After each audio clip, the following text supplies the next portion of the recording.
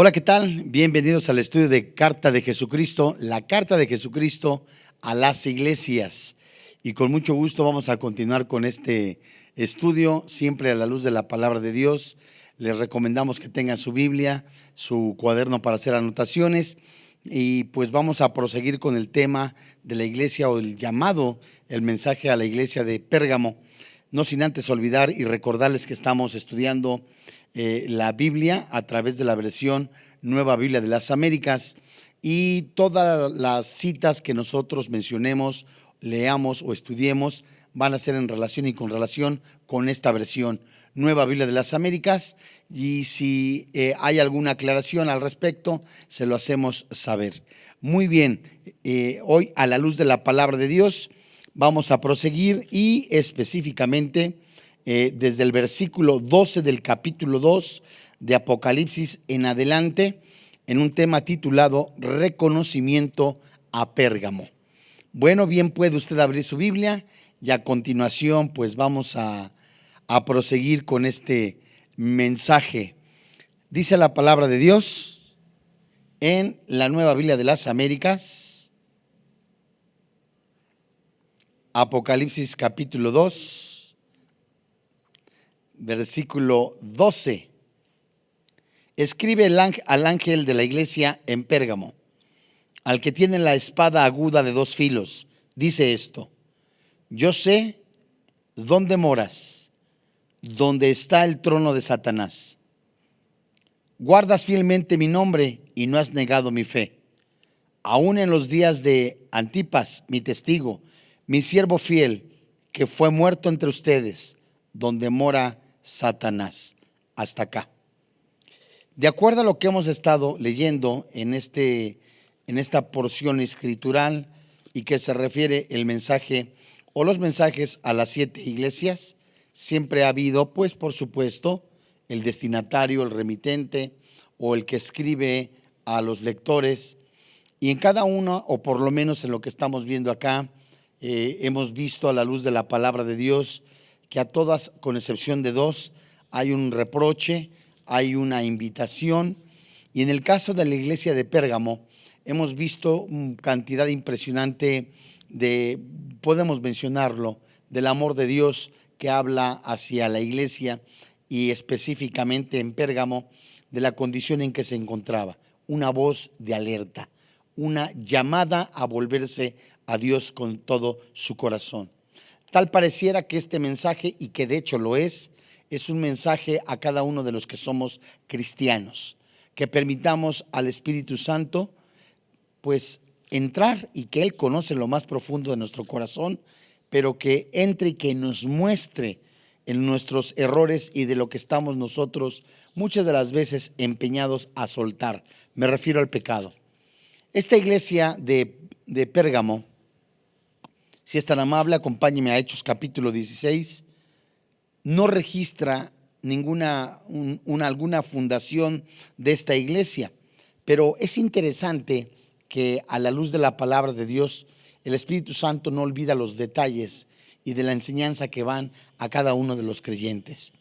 En el libro de los Hechos, en el capítulo 16, versículo 7 y 8, la palabra de Dios dice lo siguiente con relación a que el libro de los Hechos no registra fundación de la iglesia en Pérgamo, pero muestra la importancia que nosotros debemos de vivir desde lo más profundo de nuestro corazón a nuestro Padre Celestial. Dice el versículo 7: cuando llegaron a Misia, intentaron ir a Bitinia, pero el Espíritu de Jesús no se lo permitió. Entonces, pasando por Misia, descendieron a Troas. Pablo pasó por Misia, esta región en la que estaba situada Pérgamo, y en su segundo viaje misionero, pero no se menciona que el apóstol Pablo predicara el evangelio, ni que se fundara una iglesia allí en ese momento. Lo más probable es que la iglesia que estaba situada en Pérgamo fuera fundada durante el ministerio del apóstol Pablo en el tiempo que estuvo en Éfeso, cuando el evangelio salió desde allí y se predicó por toda la provincia de Asia, Para eso, vamos aquí mismo, en el libro de los Hechos, en el capítulo 19, solo que ahora en el versículo 10, en donde dice el apóstol Pablo, el libro de los Hechos del apóstol Pablo, Hechos 19:10. Esto continuó por 2 años, de manera que todos los que vivían en Asia oyeron la palabra del Señor, tanto judíos como griegos. Y mis amados hermanos en la fe, como la iglesia estaba rodeada de cultura pagana, como muchas personas que somos cristianos y que en algún caso algunas de ellas están expuestas continuamente a los atractivos del mundo, de la idolatría. Y todo esto va intestificado por los pecados familiares. También enfrentó mucha enemistad por parte de los adoradores del emperador que los perseguían. Entonces, vamos a suponer una iglesia fiel, una iglesia pequeña, me refiero al pequeño remanente, está rodeada en medio de inmoralidad, hablo geográficamente, o tiene parientes llenos de inmoralidad. Todos ellos, todos nosotros, estamos expuestos continuamente por esos atractivos que el mundo ofrece.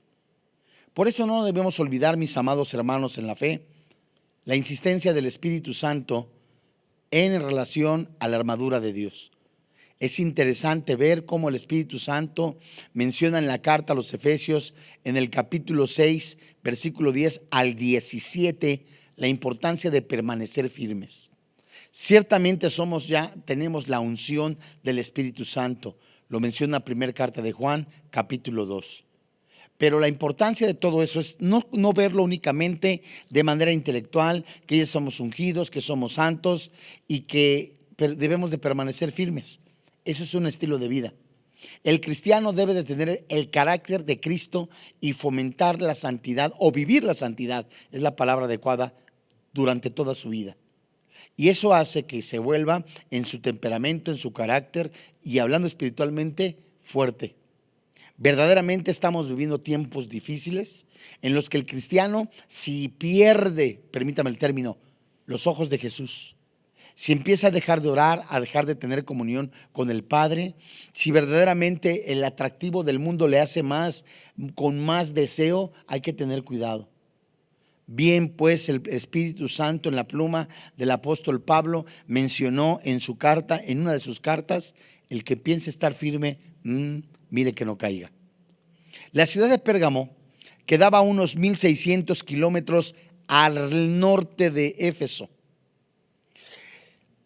y efectivamente estaba ubicada a casi a la mitad del camino entre las dos de Esmirna. Bien, usted está viendo el mapa, gracias a Dios. A diferencia de Éfeso y de Esmirna, Pérgamo no era una ciudad portuaria, sino que estaba situada a unos 22 kilómetros tierra adentro desde el mar Egeo. Tampoco estaba en ninguna de las grandes rutas comerciales. Sin embargo, como su antigua capital, a Pérgamo, se le consideraba la ciudad más grande de Asia. El escritor romano Plinio la llamó la ciudad más distinguida de Asia. Para la época en la que Juan escribió Apocalipsis, Pérgamo, fíjense qué hermosa ilustración está viendo usted en su pantalla. Pérgamo había sido la capital de Asia por casi 250 años. Desde el año 133 antes de Cristo, cuando su último rey dejó su reino a herencia a Roma. Pérgamo sobrevivió hoy en la ciudad turca de Bergama. Y debido a su biblioteca, Pérgamo era un importante centro cultural y de aprendizaje. El médico Gelano, el más destacado después de Hipócrates, nació y estudió en Pérgamo. La ciudad se consideraba la defensora de la cultura griega en Asia Menor, y una gran moldura alrededor de la base del altar de Zeus conmemora la victoria de los moradores de Pérgamo sobre los bárbaros invasores galos. Póngale cuidado. Los cristianos estaban en peligro en el día en el que se les exigía y que ofrecieran sacrificios al emperador. En Pérgamo estaba en peligro todos los días. Es como si en algún momento el gobierno exigiera a los cristianos adorar a la muerte, adorar o poner de alguna manera lo que se le conoce como el Día de Muertos. Es una obligación, como adorar también alguna deidad o alguna potestad, ¿verdad? O algún aparente santo. Y si no lo hacía, iban encarcelados. Pues permítame decirle que no estamos muy lejos en tiempos de que esto suceda. Cada vez el control del espíritu del anticristo, permítame la expresión, está cerrando las puertas a manera de presionar a los cristianos, que si no se hace eso, como cuando ocurra y aparezca el anticristo, quien no adore la bestia se va a ver en serios problemas. Vamos a continuar con Apocalipsis, porque vemos que así como en otras iglesias que las animaba, y como en Esmirna, como en Éfeso, todas ellas les da un elogio. Y en este caso no pasa desapercibido la iglesia de Pérgamo. Y leamos con atención en Apocalipsis capítulo 2, versículo 13, y dice la palabra de Dios: yo sé dónde moras, donde está el trono de Satanás. Guardas fielmente mi nombre y no has negado mi fe. Aún en los días de Antipas, mi testigo, mi siervo fiel, que fue muerto entre ustedes donde mora Satanás. Vamos a ver algunas palabras que son muy interesantes.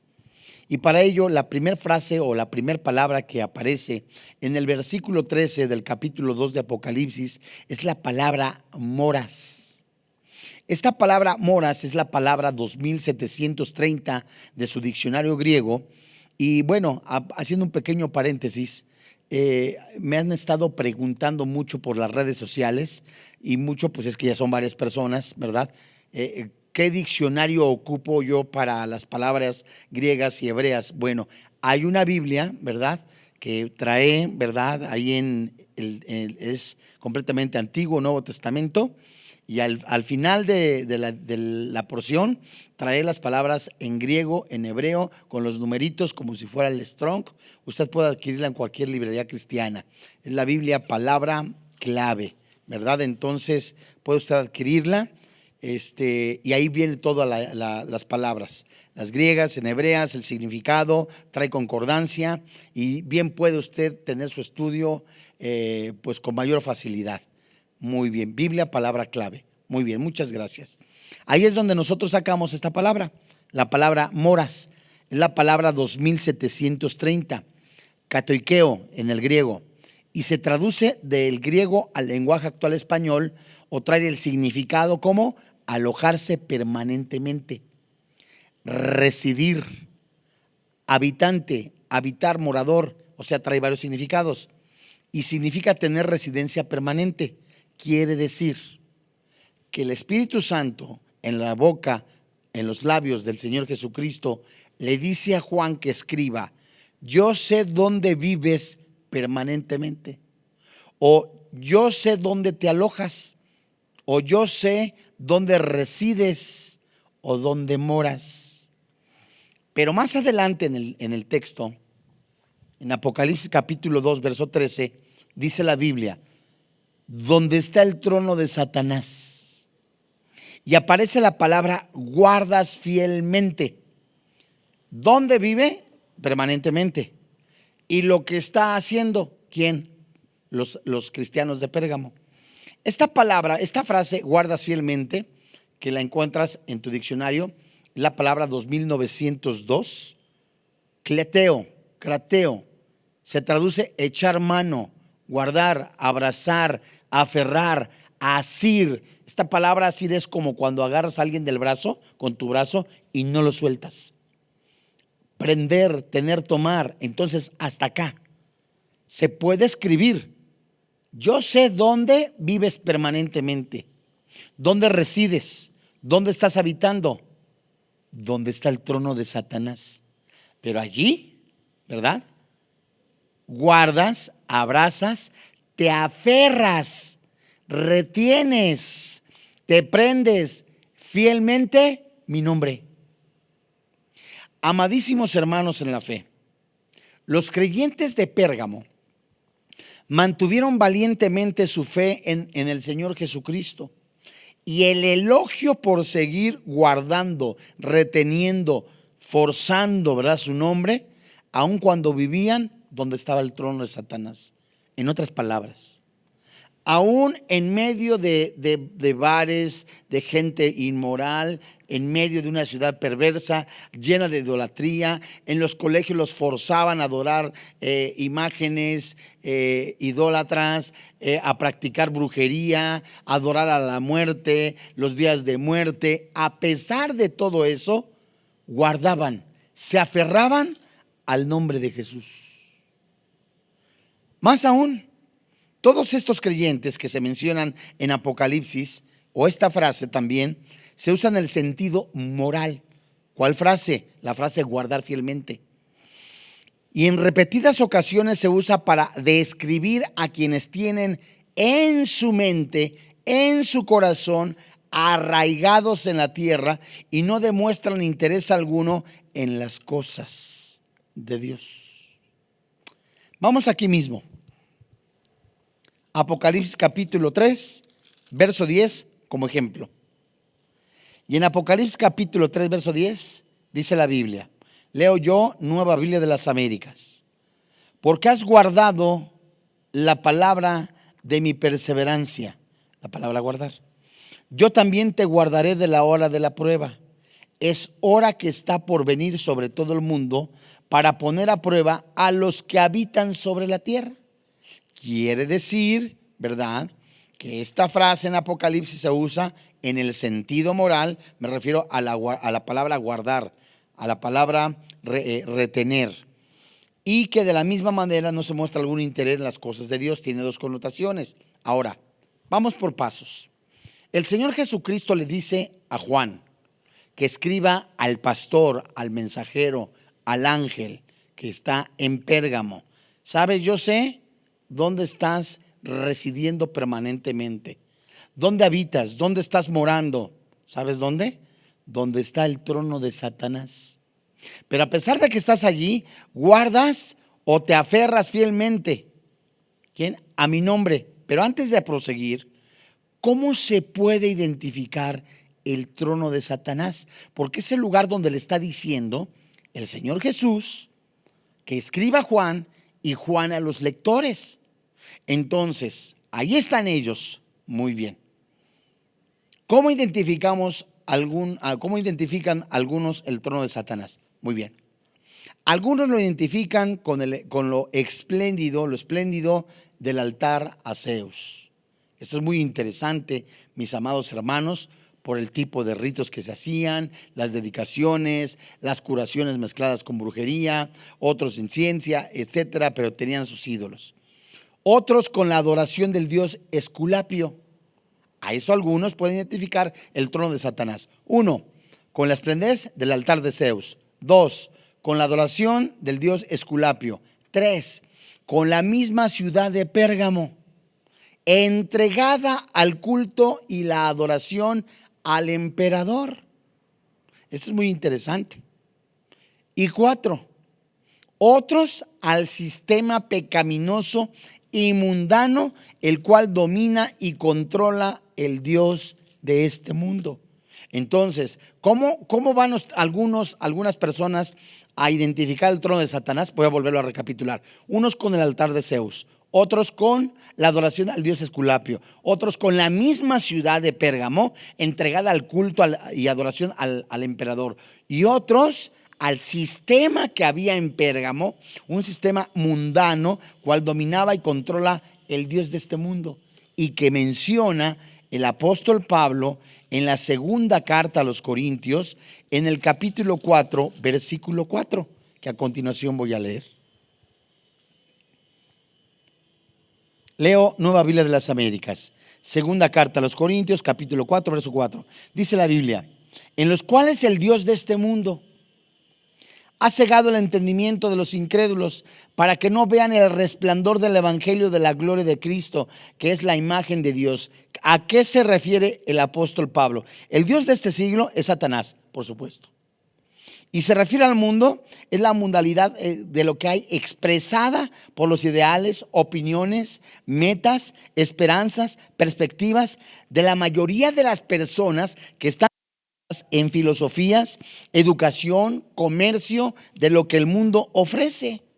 Y ese sistema, no le estoy diciendo que trabajar está mal, no le estoy diciendo que busque trabajo que está mal, no, le estoy diciendo que el sistema corrompido que está en el mundo, llámese pecado, inmoralidad, competencia desleal, asesino, secuestro, robo, adulterio, fornicación, a eso que se le llama pecado, mis amados hermanos en la fe, ciega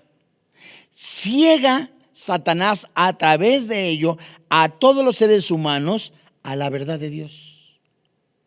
Entonces, Pérgamo, en una de las opiniones de algunos investigadores, es que el trono de Satanás pudiera ser ese sistema también.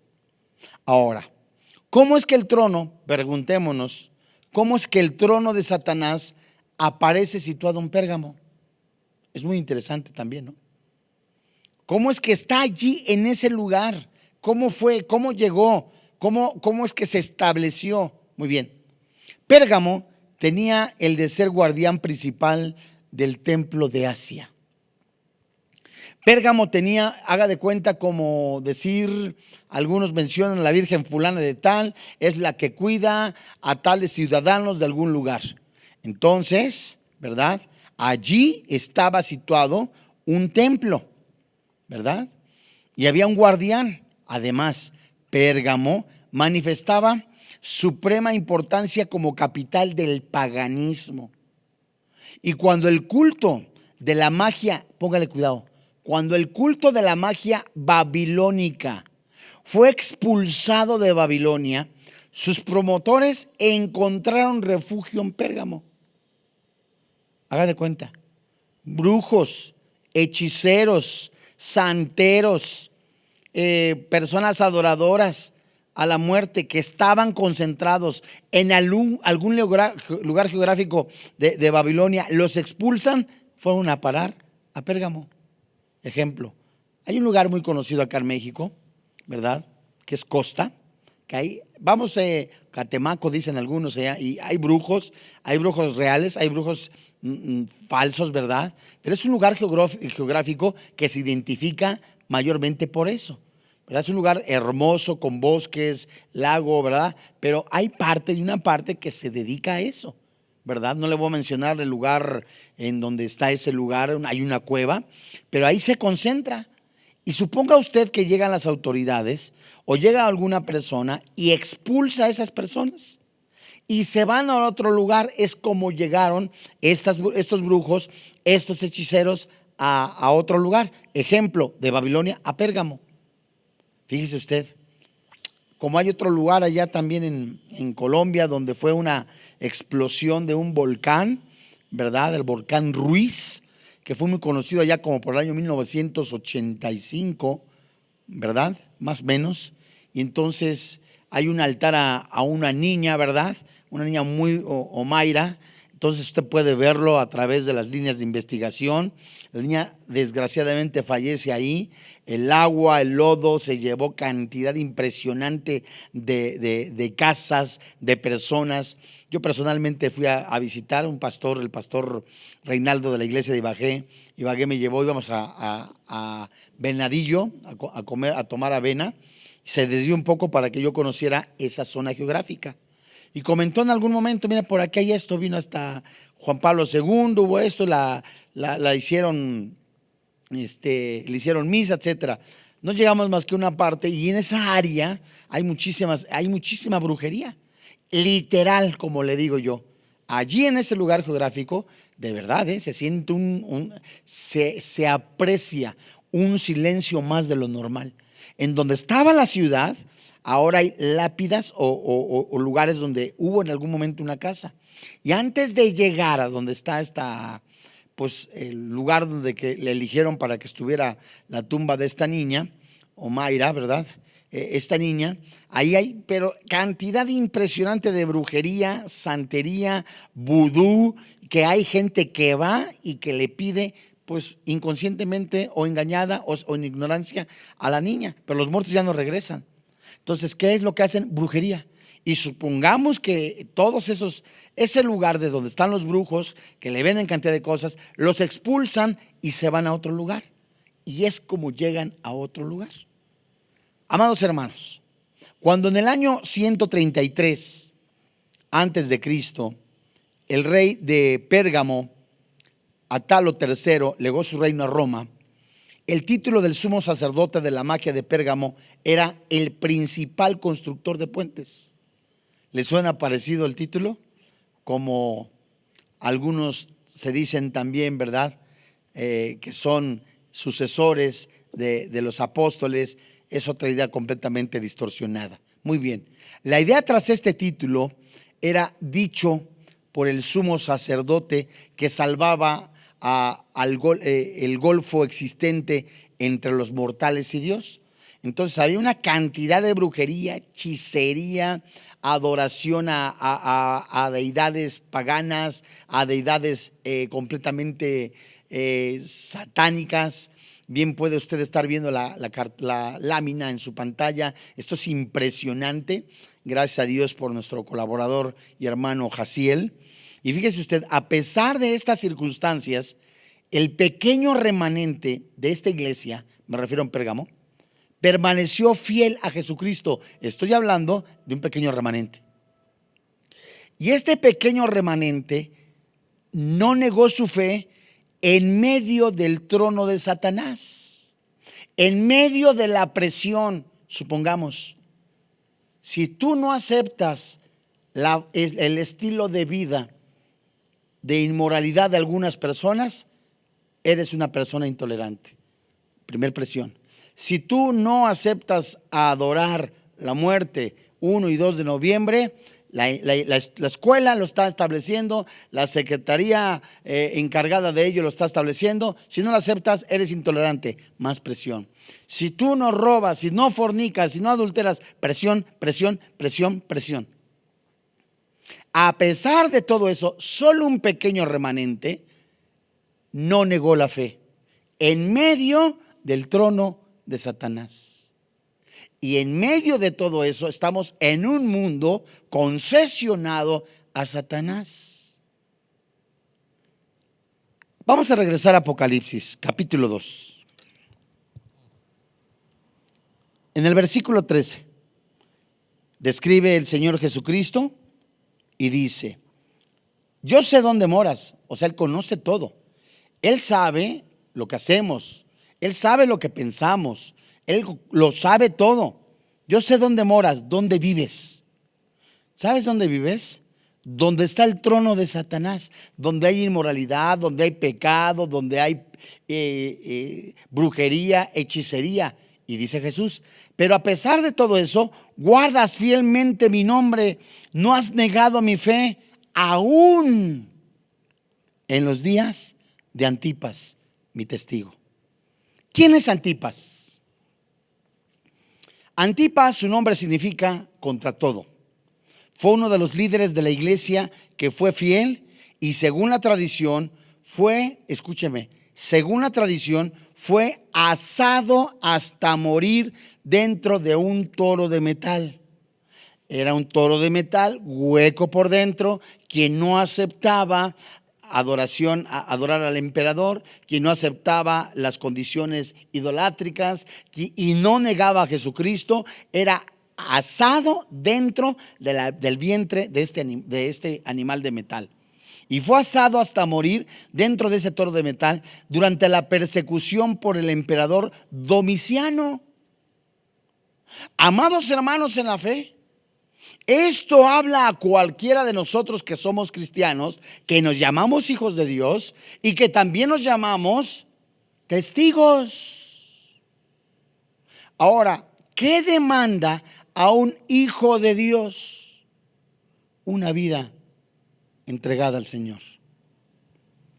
Antes de seguir, Apocalipsis menciona mi testigo. ¿Quién? Antipas. Antipas fue un mártir. Hasta la muerte no negó al Señor Jesucristo. No se dejó intimidar por las demandas o por completamente la opresión. No se dejó dominar, no se dejó controlar. No negó la fe a seguir exaltando, bendiciendo, alabando al Señor Jesucristo. Y el atributo que le dice o la manera que describe el Señor Jesucristo a Antipas es mi. Esta palabra 3450 de tu diccionario griego, mi se traduce de mí, o sea, mío, adquirido. Híjole, que Dios diga, eres mío, eres mi hijo, eres mi testigo, eres mi especial tesoro, eres mío, mío adquirido. Y el Señor lo describe como de mí, el Señor Jesús, Antipas. Y esta palabra testigo, la palabra 3144 de tu diccionario griego, en el griego es martus. Se traduce mártir, testigo, testimonio, que traducido al castellano es como mártir, ya que muchos testigos de Cristo pagaron con su vida. Antipas pagó con su vida su lealtad al Señor. Y Cristo no se olvidó de su nombre. Y aquí un hombre que pagó el precio máximo por no querer hacer concesiones. Ya vieron ustedes una lámina de cómo describen a Antipas. Qué impresionante que un hombre entre muchos, ¿verdad? Pero en este caso, Felipe, Esteban, los apóstoles, todos ellos mártires.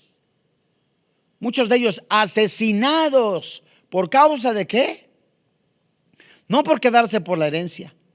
No porque vieron algo malo en la iglesia. No porque ya no le hablaba al hermano Saturnino. Sino por ser testigos del Señor Jesucristo. De no negar al Señor Jesucristo. Y la iglesia en Pérgamo estaba siendo presionada intimidada por el pecado, completamente la persecución. Asesinan en esos días a Antipas, asado en un toro. A pesar de eso, no negaron la fe. ¿Qué lleva a un hombre a decir hasta la muerte, Señor Jesucristo? La convicción, el amor. Dios mío, ahora vemos en algún momento que algún cristiano, es que no me habla el hermano Rutilo, se enojan y se van. ¿De qué están hechos esos cristianos? No, es que en la iglesia están para servirme, porque para eso están. Dios mío, el que quiera ser el mayor, que sirva. Y como si fuera un espectáculo, la mayoría, en muchos casos, en muchos lugares, algunos cristianos llegan y como si fuera el cine, ¿verdad? Compran, nada más les faltan las palomitas o las rosetas, la bebida o la gaseosa de cola para ver el espectáculo. Si me gustó bien la función, a todo dar, nada más falta que les den un cuestionario para evaluar la prédica. Ya no hay amor, no hay entrega. Y este hombre pagó el precio máximo por no querer hacer concesiones. Y debido a su fidelidad, el Señor, el Cristo resucitado, elogió a Antipas con el título empleado en otros pasajes para referirse a él mismo. Te puedo mencionar Apocalipsis capítulo 1, versículo 5, Apocalipsis capítulo 3, verso 14. La fidelidad y el valor de Antipas fueron una amonestación para los que estaban en Pérgamo y que estaban siendo tentados a ceder ante el mundo. En otras palabras, mi hermano en la fe, te estás quejando, el Señor Jesucristo, parafraseo, les dice a los de Pérgamo y nos dice a nosotros: ¿te estás quejando por el lugar donde te congregas? ¿Te quejas porque es un piso de tierra? ¿Te quejas porque en tu iglesia tiene nada más 15 o 20 personas? ¿Te quejas porque te vio feo la otra persona? Ahí están Antipas, fíjate. Ahí están Antipas que con su vida fue asado, asesinado, no negó a Jesucristo. Te quejas porque tomas un bus, te tardas 30 minutos, 40 minutos y está lejísimos para ti. Te quejas porque sabes que, ay no, no tenemos ventilador, ay no, hace un calorón. ¿Te quejas por esas simplezas? Cristianos de gelatina. La muerte de Antipas es el entorno del testimonio que conducen a una sencilla reflexión sobre la demanda en la vida cristiana. Jesús les está diciendo, se están quejando muchos de ustedes, ¿por qué? Por nada, pero vean Antipas.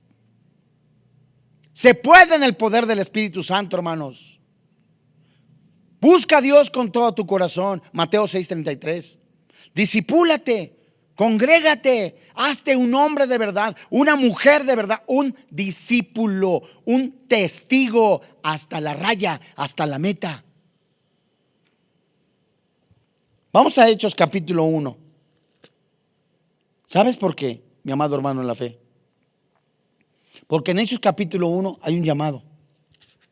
Todos los cristianos, no cuando nos conviene, no cuando querramos, no cuando tengamos ahí, ay, pues ahora sí puedo, ahora sí voy a ser cristiano. Decimos nosotros muchas veces, son cristianos de la secreta cuando les conviene. Fíjate lo que dice, Hechos capítulo 1, versículo 8. Pero recibirán poder, primera carta de Juan, capítulo 2. Pero recibirán poder, Efesios capítulo 1. Cuando el Espíritu Santo, Juan 3, venga sobre ustedes y serán, ¿qué? Mis mártires, mis testigos. ¿En dónde? En Jerusalén, en Judea, en Samaria y hasta los confines de la tierra. Mis amados hermanos en la fe, la misión de los apóstoles consistía en esparcir el evangelio y era la razón principal del poder que les dio el Espíritu Santo. Y este suceso cambió de forma dramática la historia del mundo porque permitió que el mensaje del evangelio llegara a todos los rincones de la tierra. Mateo 28, versos 19 y 20. ¿Piensas que con un versículo que leíste, no lo estudiaste, no lo memorizaste a la semana, o con la prédica del domingo y que esperabas nada más que cayera oro, o que hubiera tan cantidad impresionante que únicamente satisface el morbo, o sea, no un estudio conciso que alimente tu alma, tu espíritu, ¿verdad? Y no un morir a la carne? Hermanos, no podemos soportar ni las pruebas, ni las tentaciones, ni las adversidades si no somos gobernados por el Espíritu Santo. Recibiréis poder. ¿A qué se refiere? Los apóstoles ya habían experimentado el poder del Espíritu Santo para salvar, para guiar, para enseñar y para hacer milagros. Y pronto recibirían su presencia dentro de ellos, una nueva dimensión de poder para testificar. Ay, es que vamos a ir a predicar, ¿verdad? Hoy nos reunimos todos y no me estoy mofando, nos reunimos todos, ¿verdad? Y ahora el predicador, el profeta Nicreas, dijo que íbamos a conquistar todo el mundo, todas las naciones. Dios mío, no lo dudo, pero por favor, siquiera déjenos Zacatlán de las Manzanas. Y cuando van a predicar, no se preparan. Tan no se preparan, allá el Señor nos dirá que no, Señor, ninguna jarra vacía llena un vaso. Usted tiene que estar preparado espiritualmente, en santidad y en la palabra de Dios. Dice la palabra de Dios, yo les diré que contesten, pero ¿cómo les dirá si no tienen en su cabeza ni un versículo? De ahí las sectas, las religiones y las fábulas. Esta palabra testigos, me refiero y sigo en lo de Hechos 1:8. Son personas que cuentan la verdad acerca de Jesucristo. Y la palabra griega significa el que muere por su fe, como lo vimos hace rato.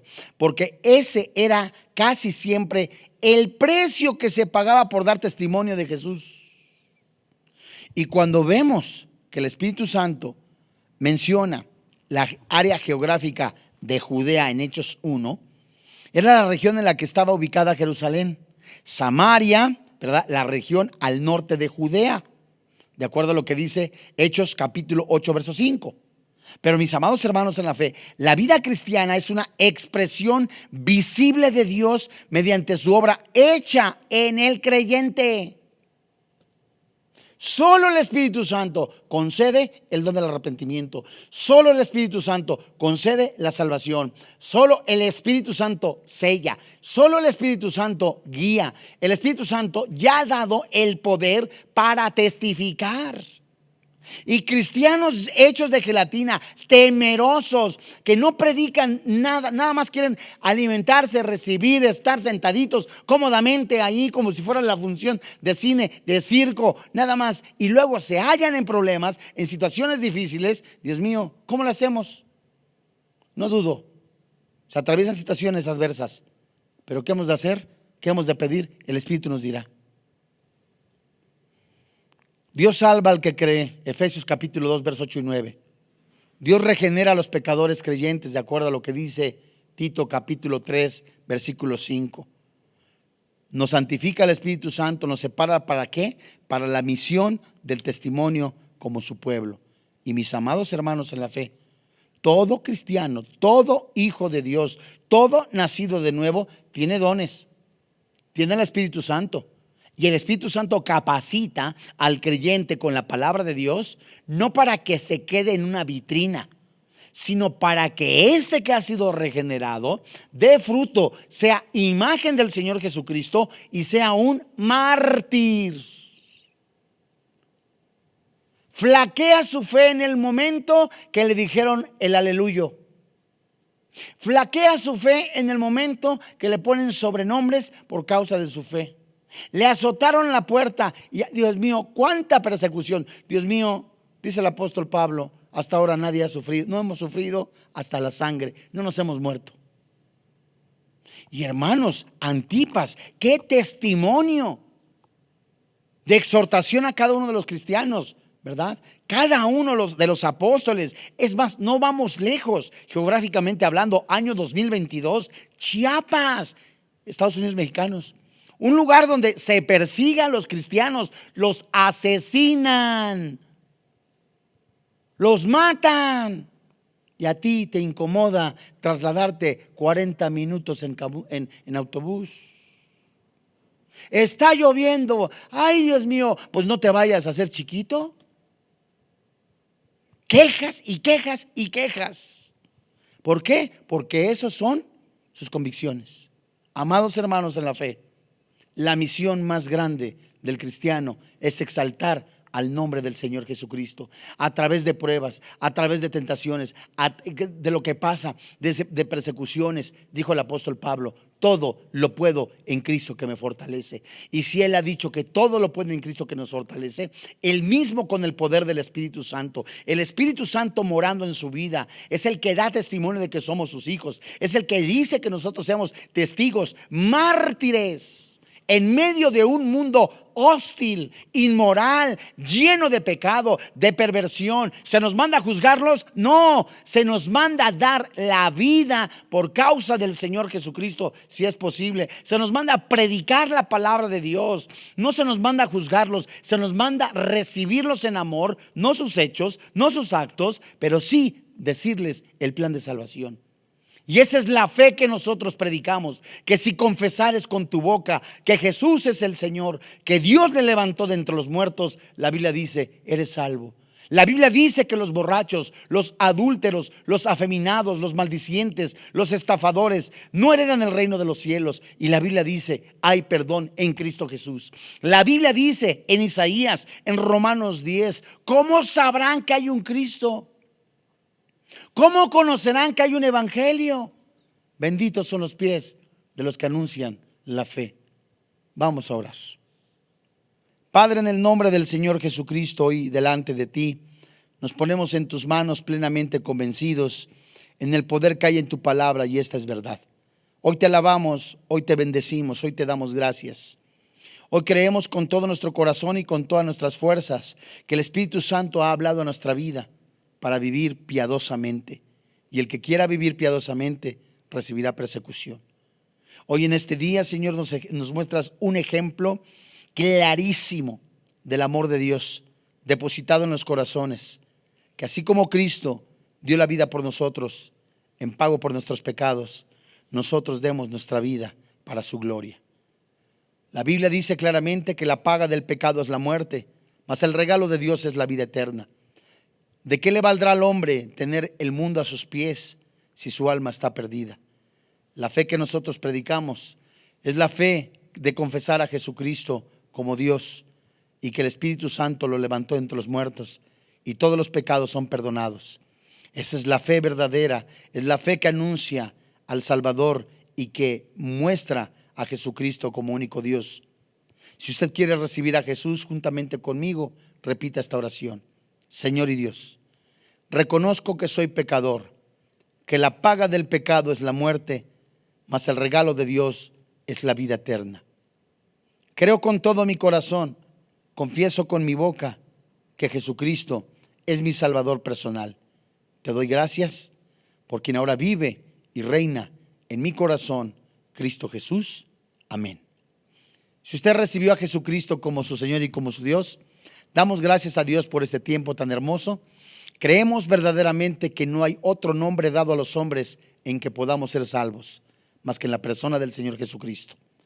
Verdaderamente, una persona que recibe a Jesús por el Espíritu Santo es trasladada del reino de las tinieblas y colocada en el reino de luz. Ha sido sellada, es nueva criatura, de modo que las cosas viejas pasaron. Y hay fiesta en el cielo, porque un pecador arrepentido ya está en el libro de la vida. A nombre del doctor Armando Alducin, de todo el cuerpo pastoral de Vida Nueva para el Mundo, le invitamos a que se congregue a una iglesia cristiana. Y si usted quiere hacernos saber su nombre a través de las redes sociales para orar por usted, que así sea. Que Dios le bendiga, que tenga paz.